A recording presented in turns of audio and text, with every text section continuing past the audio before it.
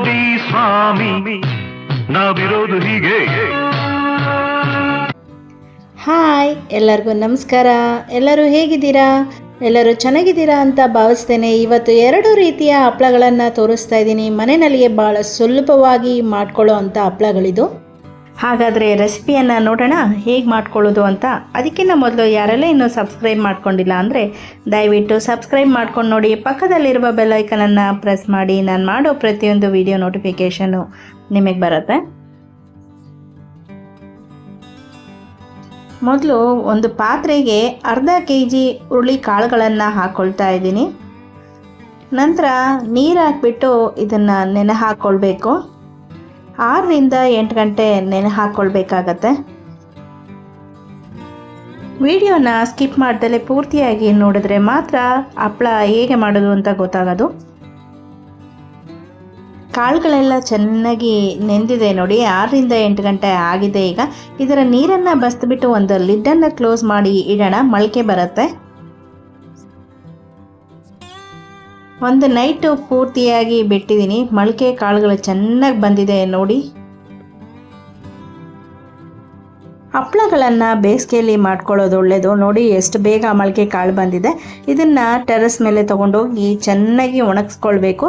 ಸಿಪ್ಪೆ ಮತ್ತು ಕಾಳು ಬೇರೆ ಆಗೋ ಥರ ಚೆನ್ನಾಗಿ ಒಣಗಿಸ್ಕೊಳ್ಬೇಕಾಗತ್ತೆ. ನೋಡಿ, ಒಣಗಿಸ್ಕೊಂಡು ತೊಗೊಂಡು ಬಂದಿದ್ದೀನಿ. ಈಗ ಅಂದರೆ ಸಾಕು, ಸಿಪ್ಪೆ ಎಲ್ಲ ಬೇರೆ ಆಗ್ತಾ ಇದೆ ನೋಡಿ.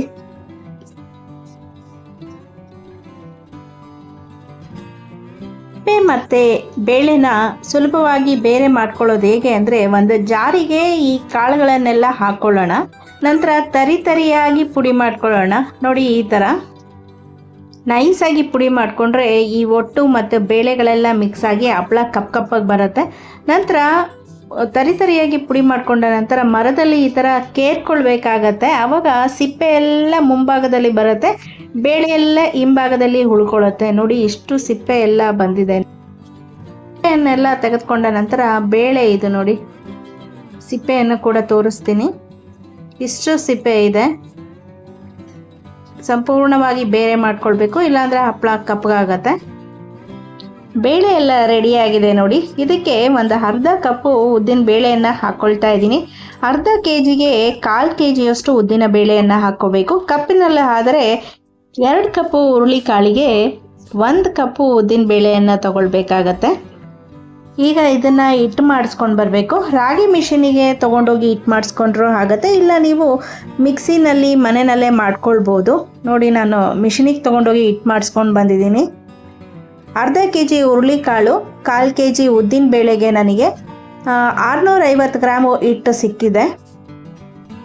1 ಚಮಚದಷ್ಟು ಜೀರಿಗೆಯನ್ನು ಹಾಕ್ಕೊಳ್ತಾ ಇದ್ದೀನಿ. ಹಾಗೆ ಒಂದು 2 ರಿಂದ 3 ಚಮಚದಷ್ಟು ಗುಂಟೂರು ಮೆಣಸಿನ್ಕಾಯಿಯ ತರಿ ಪುಡಿಯನ್ನು ಹಾಕ್ಕೊಳ್ತಾ ಇದ್ದೀನಿ. ನಿಮ್ಮ ಖಾರಕ್ಕೆ ತಕ್ಕಂತೆ ಹಾಕ್ಕೊಳ್ಬೋದು, ಹೆಚ್ಚು ಬೇಕಾದರೆ ಹೆಚ್ಚು, ಕಮ್ಮಿ ಬೇಕಾದರೆ ಕಮ್ಮಿ. ಹಾಗೆ ಒಂದು 3/4 ಚಮಚದಷ್ಟು ಕಾಳು ಮೆಣಸಿನ ತರಿ ಪುಡಿಯನ್ನು ಹಾಕ್ಕೊಳ್ತಾ ಇದ್ದೀನಿ. ಒಂದು 3/4 ಚಮಚದಷ್ಟು ಹಪ್ಪಳದ ಖಾರವನ್ನು ಹಾಕ್ಕೊಳ್ತಾ ಇದ್ದೀನಿ. 1/4 ಚಮಚದಷ್ಟು ಅಡುಗೆ ಸೋಡಾವನ್ನು ಹಾಕ್ಕೊಳ್ತಾ ಇದ್ದೀನಿ. 1 ಚಮಚದಷ್ಟು ಪುಡಿ ಉಪ್ಪನ್ನು ಹಾಕ್ಕೊಳ್ತಾ ಇದ್ದೀನಿ. ಇದನ್ನು ಚೆನ್ನಾಗಿ ಕಲಿಸ್ಕೊಳ್ಳೋಣ. ಎಲ್ಲ ಕಡೆನೂ ಸಮ ಪ್ರಮಾಣದಲ್ಲಿ ಉಪ್ಪು, ಜೀರಿಗೆ, ಖಾರದ ಪುಡಿ, ಮೆಣಸಿನ ಪುಡಿ, ಹಾಗೆ ಹಪ್ಪಳದ ಖಾರ, ಸೋಡಾ, ಉಪ್ಪು ಆಗೋ ಥರ ಕಲಿಸ್ಕೊಳ್ಬೇಕಾಗತ್ತೆ ನೀರು ಹಾಕೋದಕ್ಕಿಂತ ಮುಂಚೆನೆ. ನಾನಿಲ್ಲಿ 1 ನಿಂಬೆಹಣ್ಣಿನ ರಸ ತೊಗೊಂಡಿದ್ದೀನಿ. ಹಾಗೆ 1.5 ಕಪ್ಪಷ್ಟು ನೀರನ್ನು ತೊಗೊಂಡಿದ್ದೀನಿ. ನಿಂಬೆಹಣ್ಣು ಮತ್ತು ನೀರನ್ನು ಮಿಕ್ಸ್ ಮಾಡ್ಕೊಳ್ಳೋಣ ಚೆನ್ನಾಗಿ. ತಣ್ಣೀರು ತೊಗೊಂಡ್ರೆ ಸಾಕು, ಇಲ್ಲ ಉಗುರು ಬೆಚ್ಚನ ನೀರು ತೊಗೊಂಡ್ರೂ ಆಗತ್ತೆ. ಈ ನೀರನ್ನು ಹಿಟ್ಟಿಗೆ ಹಾಕ್ಕೊಂಡು ಸ್ವಲ್ಪನೇ ಹಾಕ್ಕೊಂಡು ಗಟ್ಟಿಯಾಗಿ ಕಲಿಸ್ಕೊಳ್ಬೇಕು. ಚಪಾತಿ ಹಿಟ್ಟಿನ ಅದಕ್ಕಲ್ಲ, ಅದಕ್ಕಿಂತ ಗಟ್ಟಿಯಾಗಿರಬೇಕು ಹಿಟ್ಟು. ಇದು ಹಪ್ಪಳದ ಹಿಟ್ಟು.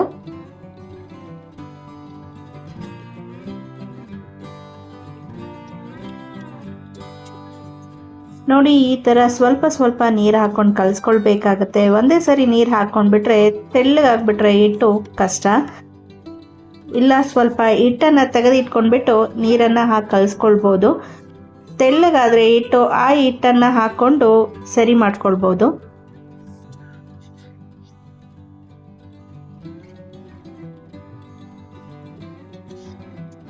ಎಲ್ಲ ಹಪ್ಪಳಗಳು ಒಣಗಿದ ನಂತರನೂ ಸಮತಟ್ಟಾಗಿ ಇರಬೇಕು ಅಂತ ಅಂದರೆ ನೀವು ವಿಡಿಯೋವನ್ನು ಪೂರ್ತಿಯಾಗಿ ನೋಡಬೇಕು. ಸ್ಟೆಪ್ ಬೈ ಸ್ಟೆಪ್ ಪೂರ್ತಿಯಾಗಿ ವಿಡಿಯೋ ಹಾಕ್ತಾ ಇದ್ದೀನಿ ನಾನು, ಎಲ್ಲೂ ಕೂಡ ಮಿಸ್ ಮಾಡಿಲ್ಲ. ನೋಡಿ ಎಷ್ಟು ಗಟ್ಟಿಯಾಗಿ ಕಲಿಸ್ಕೊಂಡಿದ್ದೀನಿ ಹಿಟ್ಟನ್ನು ಅಂತ. ಮೆತ್ತಗಿಲ್ಲ, ಇದು ನೋಡೋದಕ್ಕೆ ನಿಮಗೆ ಮೆತ್ತಗಿದೆ ಅಂತ ಕಾಣುತ್ತೆ, ಬಟ್ ಇದು ತುಂಬ ಗಟ್ಟಿಯಾಗಿದೆ. ಇಷ್ಟು ನೀರು ಕೂಡ ಉಳ್ಕೊಂಡಿದೆ ನೋಡಿ.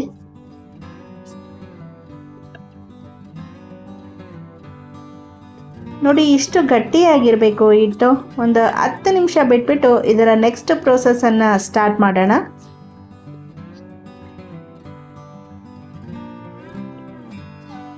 ಹತ್ತು ನಿಮಿಷ ನೆನೆಯೋದಕ್ಕೆ ನಾನು ಒಂದು ಬಿಳಿ ಬಟ್ಟೆಯನ್ನು ಮುಚ್ಚಿ ಇಡ್ತಾ ಇದ್ದೀನಿ.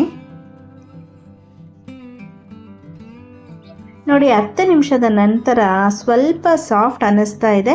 ಈ ಹಿಟ್ಟನ್ನು ನಾನು ಒರಳು ಕಲ್ಲಿಗೆ ಸ್ವಲ್ಪನೇ ಹಾಕ್ಕೊಂಡು ಈ ಥರ ಕುಟ್ಟಬೇಕಾಗತ್ತೆ. ಎಷ್ಟು ಕುಟ್ಟಬೇಕು ಅಂತ ಅಂದರೆ, ನಾವು ಮುಟ್ಟಿದಾಗ ಚಪಾತಿ ಹಿಟ್ಟು ನಮ್ಮ ಕೈಗೆ ಅಂಟ್ಕೊಳ್ಳುತ್ತಲ್ಲ, ಆ ಥರ ಈ ಹಿಟ್ಟು ಮುಟ್ಟಿದಾಗ ಅಂಟ್ಕೊಳ್ಬೇಕು. ಅಲ್ಲಿ ತನಕ ಇದು ಕುಟ್ಟಬೇಕು. ಚೆನ್ನಾಗಿ ಮೆತ್ತಗೆ ಮಾಡ್ಕೊಳ್ಬೇಕು ಹಿಟ್ಟನ್ನು. ತಿರುಗಿಸಿ ಹಾಕೊಂಡು ಕುಟ್ತಾ ಇರಬೇಕು. ಸುಮಾರು ನಾನು ಒಂದು 20 ನಿಮಿಷ ಈ ಥರ ಕುಟ್ಟಿದ್ದೀನಿ.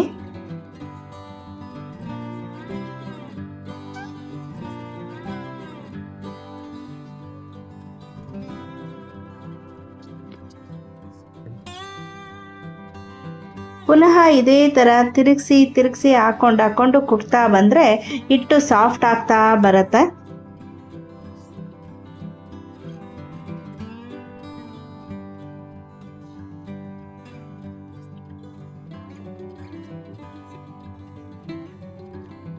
ಹಿಟ್ಟು ಕಲಸೋದ್ರಿಂದ ಹಿಡಿದು ಕುಟ್ಟಿ ಒಸಿಯೋ ತನಕನೂ ಹಪ್ಪಳ ಚೆನ್ನಾಗಿ ಬರಬೇಕು ಅಂದರೆ ಈ ಪ್ರೋಸೆಸಿಂಗ್ ತುಂಬ ಮುಖ್ಯ ಆಗುತ್ತೆ. ಚೆನ್ನಾಗಿ ಕುಟ್ಟಿ ಸಾಫ್ಟಾಗಿ ಮಾಡ್ಕೊಳ್ಬೇಕು. ನೋಡಿ ಅಂಟುತ್ತಾ ಇದೆ ಕೈಗೆ ಇದು. ಈಗ ಇದರ ನೆಕ್ಸ್ಟ್ ಪ್ರೋಸೆಸ್ಸು, ಇದನ್ನು ಚಿಕ್ಕ ಉಂಡೆಗಳನ್ನಾಗಿ ಮಾಡ್ಕೊಳ್ಬೇಕು. ನಾನು ಒಂದು ಸ್ವಲ್ಪ ತಗೊಂಡು ಚಿಕ್ಕ ಪೀಸ್ಗಳಾಗಿ ಫಸ್ಟು ಚಾಕುನಲ್ಲಿ ಕಟ್ ಮಾಡ್ಕೊಳ್ತಾ ಇದ್ದೀನಿ. ನಂತರ ಗುಂಡಿಗೆ ಮಾಡಿಕೊಂಡು ಒಂದು ಬೌಲಿಗೆ ಹಾಕ್ಕೊಳ್ತಾ ಇದ್ದೀನಿ.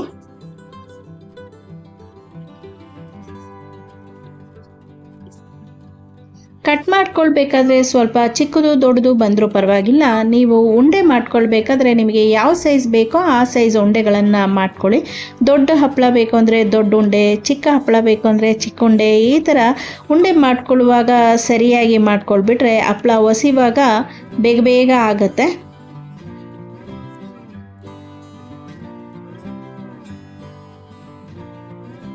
ನೋಡಿ ನಾನು ಈ ಸೈಜಿಗೆ ಉಂಡೆಗಳನ್ನು ಮಾಡಿಕೊಂಡು ಒಂದು ಬೌಲಿಗೆ ಹಾಕಿ ಇಟ್ಕೊಂಡಿದ್ದೀನಿ. ನೋಡಿ ಎಲ್ಲ ಈ ಸೈಜ್ನಲ್ಲಿ ಇದೆ. ಒಂದು ಮೀಡಿಯಮ್ ಸೈಜ್ ಅಂತ ಹೇಳ್ಬೋದು. ಒಂದು ಬಟ್ಟೆಯನ್ನು ಮುಚ್ಚಿಡೋಣ. ತುಂಬ ಡ್ರೈ ಆಗಿಬಿಟ್ರೆ ಮತ್ತೆ ಗಟ್ಟಿ ಆಗುತ್ತೆ, ಮತ್ತೆ ಕುಟ್ಟಬೇಕಾಗತ್ತೆ ಅದನ್ನು. ಸ್ವಲ್ಪ ಅಕ್ಕಿ ಹಿಟ್ಟನ್ನು ಹಾಕ್ಕೊಳ್ತಾ ಇದ್ದೀನಿ. ಅಕ್ಕಿ ಹಿಟ್ಟು ಹಾಕ್ಕೊಂಡು ಲಟ್ಸಿದ್ರೆ ಒಂದಕ್ಕೊಂದು ಹಪ್ಪಳಗಳು ಅಂಟ್ಕೊಳೋದಿಲ್ಲ.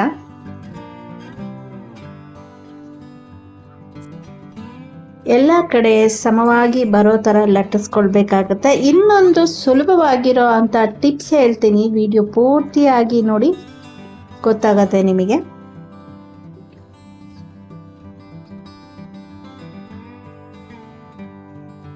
ನಿಮಗೆ ಪುಟ್ಟು ಹಪ್ಪಳ ಬೇಕಂದರೆ ಪುಟ್ಟು ಹಪ್ಪಳ ಲಟ್ಟಿಸ್ಕೋಬೋದು. ದೊಡ್ಡದು ಬೇಕು ಅಂದರೆ ದೊಡ್ಡದು ಲಟ್ಟಿಸ್ಕೋಬೋದು. ನೋಡಿ ಅಲ್ಲಿ ಪುಟ್ಟು ಹಪ್ಪಳ ಒಂದು ಲಟ್ಟಿಸಿದ್ದೀನಿ, ಒಂದು ದೊಡ್ಡ ಹಪ್ಪಳ ಒಂದು ಲಟ್ಟಿಸ್ಕೊಂಡಿದ್ದೀನಿ. ಸುಲಭವಾಗಿ ಮಾಡ್ಕೊಳ್ಳೋ ಅಂಥ ಟಿಪ್ಸ್ ಹೇಳ್ತೀನಿ ನೋಡಿ. ಈಗ ಈ ಥರ ಲಟ್ಟಿಸ್ಕೊಂಡ ನಂತರ ಒಂದು ಸ್ಟೀಲ್ ಬಾಕ್ಸನ್ನು ತಗೊಂಡು, ಎಡ್ಜಸ್ ಎಲ್ಲ ಶಾರ್ಪ್ ಆಗಿರಬೇಕು, ಆ ಥರ ಬಾಕ್ಸನ್ನು ತಗೊಂಡು ಈ ಥರ ಕಟ್ ಮಾಡ್ಕೊಳ್ಳಿ. ಸುಲಭವಾಗಿ ಒಂದೇ ಸೈಜ್ ಬರುತ್ತೆ ಹಪ್ಪಳಗಳು. ನೋಡಿ ಇದು ಒಂದಾಯಿತು, ಒಂದೇ ಸೈಜ್ನಲ್ಲಿ ಬರುತ್ತೆ ಅಂಗಡಿಯಲ್ಲಿ ತಂದಿರೋ ಥರ. ಇನ್ನೊಂದು ಟಿಪ್ಸ್ ನೋಡಿ, ಒಂದೇ ಸರಿ ಚಪಾತಿ ಥರ ದೊಡ್ಡದಾಗಿ ಲಟ್ಟಿಸ್ಕೊಂಡ ನಂತರ ಅದೇ ಬಾಕ್ಸಿನಲ್ಲಿ ಒಂದು ನಾನು 3-4 ಹಪ್ಪಳ ಒಂದೇ ಸರಿ ಕಟ್ ಮಾಡ್ಕೊಳ್ತಾ ಇದ್ದೀನಿ ನೋಡಿ.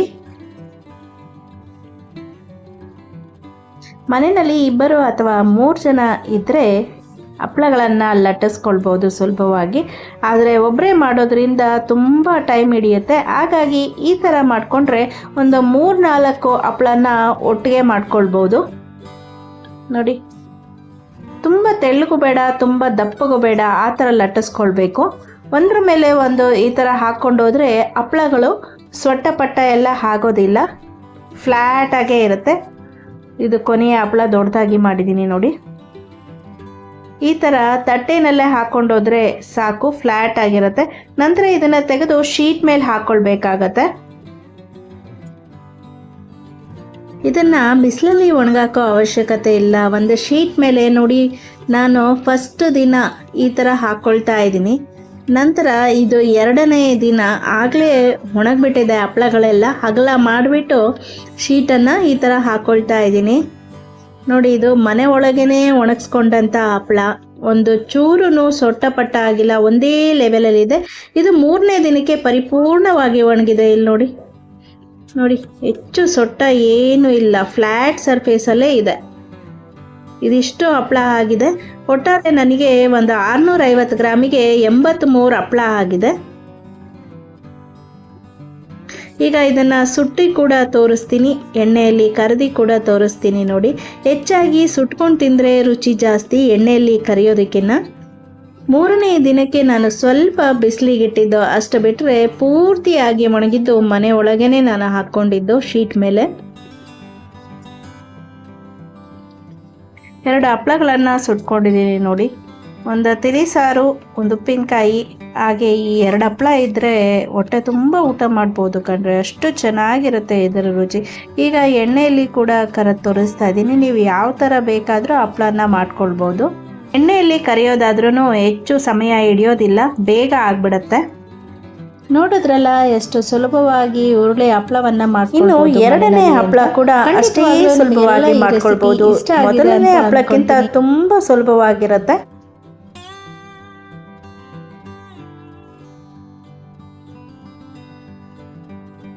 ಯಾವ್ದ್ರ ಹಪ್ಪಳ ಅಂತ ಯೋಚನೆ ಮಾಡಿದ್ರೆ ಸಬ್ಬಕ್ಕಿ ಹಪ್ಪಳ ರೀ. ಭಾಳ ಸುಲಭವಾಗಿ ಮಾಡ್ಕೊಳ್ಬೋದು, ಬಿಸಿಲಿನ ಅವಶ್ಯಕತೆನೇ ಇಲ್ಲ, ನೀವು ಯಾವಾಗ ಬೇಕಾದರೂ ಮಾಡ್ಕೊಳ್ಬೋದು, ಅಷ್ಟು ಸುಲಭವಾಗಿರುತ್ತೆ. ಹಾಗೆ ನೆರಳಿನಲ್ಲೇ ಮನೆಯ ಒಳಗಡೆನೆ ಒಣಗಿಸ್ಕೋಬೋದು. ಹಪ್ಪಳ ಮಾಡೋದಕ್ಕೆ ನಾನು 1 ಕಪ್ಪು ಸಬ್ಬಕ್ಕಿಯನ್ನು ತಗೊಂಡಿದ್ದೀನಿ. 1 ಕಪ್ಪಿಂದ ಬೇಜಾನ್ ಹಪ್ಪಳ ಮಾಡ್ಕೋಬೋದು. ಒಂದು 40-50 ಹಪ್ಪಳ ಆಗುತ್ತೆ, ನೀವು ಹಾಕೋ ಸೈಜ್ ಮೇಲೆ ಡಿಪೆಂಡ್ ಆಗುತ್ತೆ. ಇದನ್ನು 2ರಿಂದ 3 ಸರಿ ತೊಳ್ಕೊಂಡು ಬಂದು ನೆನೆ ಹಾಕಿದ್ದೀನಿ. ಇದನ್ನು 4 ಗಂಟೆಗಳ ಕಾಲ ನೆನೆ ಹಾಕ್ಕೊಳ್ಬೇಕು.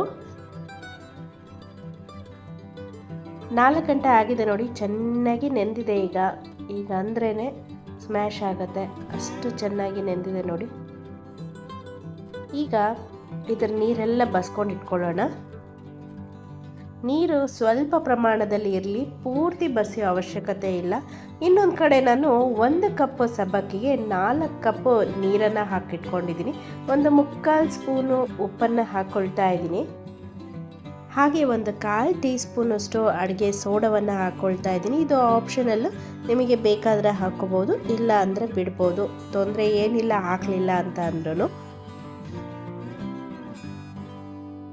ಅರ್ಧ ಚಮಚದಷ್ಟು ಮೆಣಸಿನ ಕಾಳನ್ನು ತರಿಯಾಗಿ ಪುಡಿ ಮಾಡಿ ಹಾಕ್ಕೊಳ್ತಾ ಇದ್ದೀನಿ. ಹಾಗೆ ಸ್ವಲ್ಪ ಖಾರವಾಗಿದ್ದರೆ ಇನ್ನೂ ಚೆನ್ನಾಗಿರುತ್ತಲ್ವ, ಅದಕ್ಕಾಗಿ 2 ಚಮಚ ಗುಂಟೂರು ಒಣಮೆಣಸಿನ್ಕಾಯನ್ನು ತರಿಯಾಗಿ ಪುಡಿ ಮಾಡಿ ಹಾಕ್ಕೊಂಡಿದ್ದೀನಿ. ಸ್ವಲ್ಪ ಕೊತ್ತಂಬರಿ ಸೊಪ್ಪನ್ನು ಸಣ್ಣದಾಗಿ ಹೆಚ್ಚಿ ಹಾಕ್ಕೊಳ್ತಾ ಇದ್ದೀನಿ. ಈ ಮಸಾಲೆಗಳನ್ನೆಲ್ಲ ಹಾಕಿದ್ರೆ ಮಾತ್ರ ಹಪ್ಪಳ ತುಂಬ ಟೇಸ್ಟಿಯಾಗಿ ಕೂಡ ಇರುತ್ತೆ.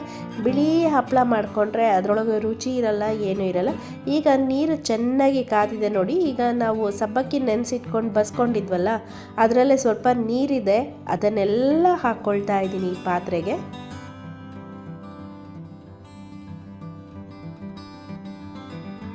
ಮೀಡಿಯಂ ಫ್ಲೇಮ್ನಲ್ಲೇ ಇಟ್ಕೊಂಡು ಬೇಯೋದಕ್ಕೆ ಬಿಟ್ಕೊಳ್ಳೋಣ.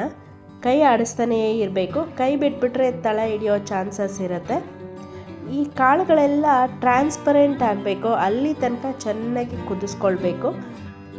ನೀರಿನ ಪ್ರಮಾಣ ಹೆಚ್ಚಾದರೆ ತೆಳ್ಳಗಾಗೋಗ್ಬಿಡುತ್ತೆ, ಆಮೇಲೆ ಹಪ್ಪಳ ಹಾಕೋದಕ್ಕೆ ಆಗಲ್ಲ. ಕರೆಕ್ಟ್ ಪ್ರಮಾಣ ಅಂತ ಅಂದರೆ 1 ಕಪ್ಪಿಗೆ 4 ಕಪ್ ನೀರನ್ನು ಹಾಕ್ಕೊಳ್ಳೋದು ನೋಡಿ. ಈಗ ಗಟ್ಟಿಯಾಗಿದೆ ಇದು. ಸಬ್ಬಕ್ಕಿ ಎಲ್ಲ ಟ್ರಾನ್ಸ್ಪರೆಂಟ್ ಆಗ್ತಾ ಇದೆ ನೋಡಿ. ಒಂದು 20 ನಿಮಿಷ ನಾನು ಮೀಡಿಯಂ ಫ್ಲೇಮ್ನಲ್ಲೇ ಇಟ್ಕೊಂಡು ಕುದಿಸ್ಕೊಂಡಿದ್ದೀನಿ ನೋಡಿ. ಈಗ ಪೂರ್ತಿ ಟ್ರಾನ್ಸ್ಪರೆಂಟ್ ಆಗಿದೆ. ಈಗ ಫ್ಲೇಮನ್ನು ಆಫ್ ಮಾಡಿಬಿಟ್ಟು ಇದು ಪೂರ್ತಿ ತಣ್ಣಗಾಗೋದಕ್ಕೆ ಬಿಡೋಣ.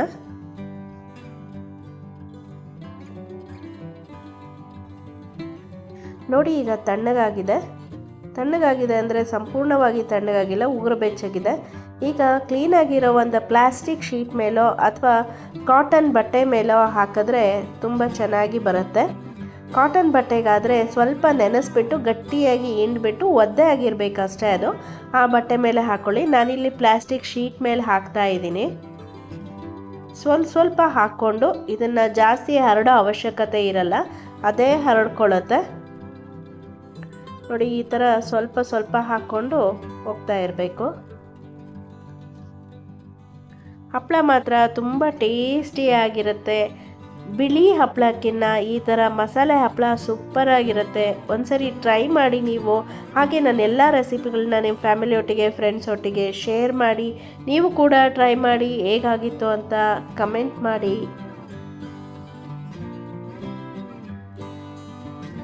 ನೋಡಿ, ರಾತ್ರಿ ಎಲ್ಲ ಕೆಳಗಡೆ ಬಿಟ್ಟು ನಂತರ ಇನ್ನೊಂದು ದಿನ ನಾನು ಡೈನಿಂಗ್ ಟೇಬಲ್ ಮೇಲೆ ಹಾಕ್ಕೊಂಡಿದ್ದೀನಿ. ಇದು 3ನೇ ದಿನ. ಒಳಗಡೆನೇ ಒಣಗಿಸ್ಕೊಂಡಿದ್ದೀನಿ, ಮನೆ ಒಳಗಡೆನೆ.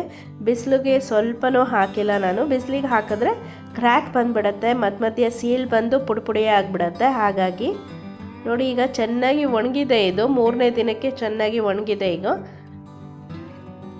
ಶೀಟ್ ಮೇಲಿಂದನೇ ಸುಲಭವಾಗಿ ಬರುತ್ತೆ. ನೋಡಿ ಎಷ್ಟು ಸುಲಭವಾಗಿ ತೆಗಿತಾ ಇದ್ದೀನಿ ಅಂತ ಅಂದು. ನೋಡಿದ್ರಲ್ಲ ಎಷ್ಟು ಸುಲಭವಾಗಿ ಬಂತು ಅಂತ ಅಂದು. ಇನ್ನು ಒದ್ದೆ ಬಟ್ಟೆ ಮಾಡಿ ಅದರ ಮೇಲೆ ಹಾಕಿದ್ರೆ ಇನ್ನೂ ಸುಲಭವಾಗಿ ಬರುತ್ತೆ. ಉಪ್ಪಿನ ಪ್ರಮಾಣ ನೋಡಿ ಹಾಕ್ಕೊಳ್ಬೇಕು ನೀವು. ಇದರಲ್ಲಿ ಸ್ವಲ್ಪ ಜಾಸ್ತಿ ಹಾಕಿದ್ರೂ ನಾವು ಹಪ್ಪಳ ಕರೆದಾಗ ತುಂಬ ಜಾಸ್ತಿ ಅನಿಸುತ್ತೆ. ಹಾಗಾಗಿ ನಾನು ಇಷ್ಟಕ್ಕೆ 3/4 ಚಮಚ ಉಪ್ಪನ್ನು ಹಾಕ್ಕೊಂಡಿದ್ದೀನಿ. 3/4 ಚಮಚ ಟೀಸ್ಪೂನಲ್ಲಿ, ಟೇಬಲ್ ಸ್ಪೂನಲ್ಲ, ಟೀಸ್ಪೂನಲ್ಲಿ ಹಾಕ್ಕೊಂಡಿರೋದು. ನೋಡಿ, ಈಗ ಸಂಪೂರ್ಣವಾಗಿ ಒಣಗಿದೆ. ಪ್ಲೇಟಿಗೆ ಹಾಕಿ ಈಗ ಬಿಸಿಲಿಗೆ ಇಟ್ಟರೆ ಆಯಿತು. ನೋಡಿ, ಸಂಪೂರ್ಣವಾಗಿ ಒಣಗಿದೆ. ಈಗ ಎಣ್ಣೆಲಿ ಕರೆದು ನೋಡೋಣ ಎಷ್ಟು ಚೆನ್ನಾಗಿ ಬರುತ್ತೆ ಅಂತ ನೀವೇ ನೋಡಿ. ನಿಮಗೆಲ್ಲ ಖಂಡಿತವಾಗ್ಲೂ ಈ ರೆಸಿಪಿ ಇಷ್ಟ ಆಗಿದೆ ಅಂತ ಅಂದ್ಕೊಳ್ತೀನಿ. ಇಷ್ಟ ಆಗಿದ್ರೆ ದಯವಿಟ್ಟು ಲೈಕ್, ಶೇರ್, ಸಬ್ಸ್ಕ್ರೈಬ್ ಮಾಡಿ. ಕಮೆಂಟ್ ಮಾಡೋದನ್ನು ಮರಿಬೇಡಿ. ಸಪೋರ್ಟ್ ಮಾಡಿ. ಇಷ್ಟ ಆಗಿದ್ರೆ ಒಂದೇ ಒಂದು ಲೈಕ್ ಮಾಡಿ. ನೋಡಿ, ಬಿಸಿ ಎಣ್ಣೆಯಲ್ಲಿ ಹಾಕಿದ್ರೆ ಸಾಕು, ಹರಳ್ಕೊಳುತ್ತೆ ಹಪ್ಪಳ. ಹೆಚ್ಚು ಎಣ್ಣೆ ಬಿಸಿಯಾಗೋ ಅವಶ್ಯಕತೆ ನೋಡಿದ್ರಲ್ಲ ಎಷ್ಟು ಸುಲಭವಾಗಿ 2 ರೀತಿಯ ಹಪ್ಪಳಗಳನ್ನು ಮಾಡ್ಕೊಳ್ಬೋದು ಅಂತ ಮನೆಯಲ್ಲೇ. ಖಂಡಿತವಾಗ್ಲೂ ನಿಮಗೆಲ್ಲ ಈ ರೆಸಿಪಿ ಇಷ್ಟ ಆಗಿದೆ ಅಂತ ಅಂದ್ಕೊಳ್ತೀನಿ. ಇಷ್ಟ ಆಗಿದ್ರೆ ದಯವಿಟ್ಟು ಲೈಕ್, ಶೇರ್, ಸಬ್ಸ್ಕ್ರೈಬ್ ಮಾಡಿ. ಕಮೆಂಟ್ ಮಾಡೋದನ್ನು ಮರಿಬೇಡಿ. ಎಲ್ಲ ರೆಸಿಪಿಗಳನ್ನ ಟ್ರೈ ಮಾಡಿ ಹೇಗಾಗಿತ್ತು ಅಂತ ಖಂಡಿತವಾಗ್ಲೂ ಕಮೆಂಟ್ ಮಾಡಬೇಕು ನೀವು. ಮತ್ತೊಂದು ಹೊಸ ರೆಸಿಪಿಯೊಂದಿಗೆ ಸಿಗ್ತೀನಿ. ಧನ್ಯವಾದಗಳು.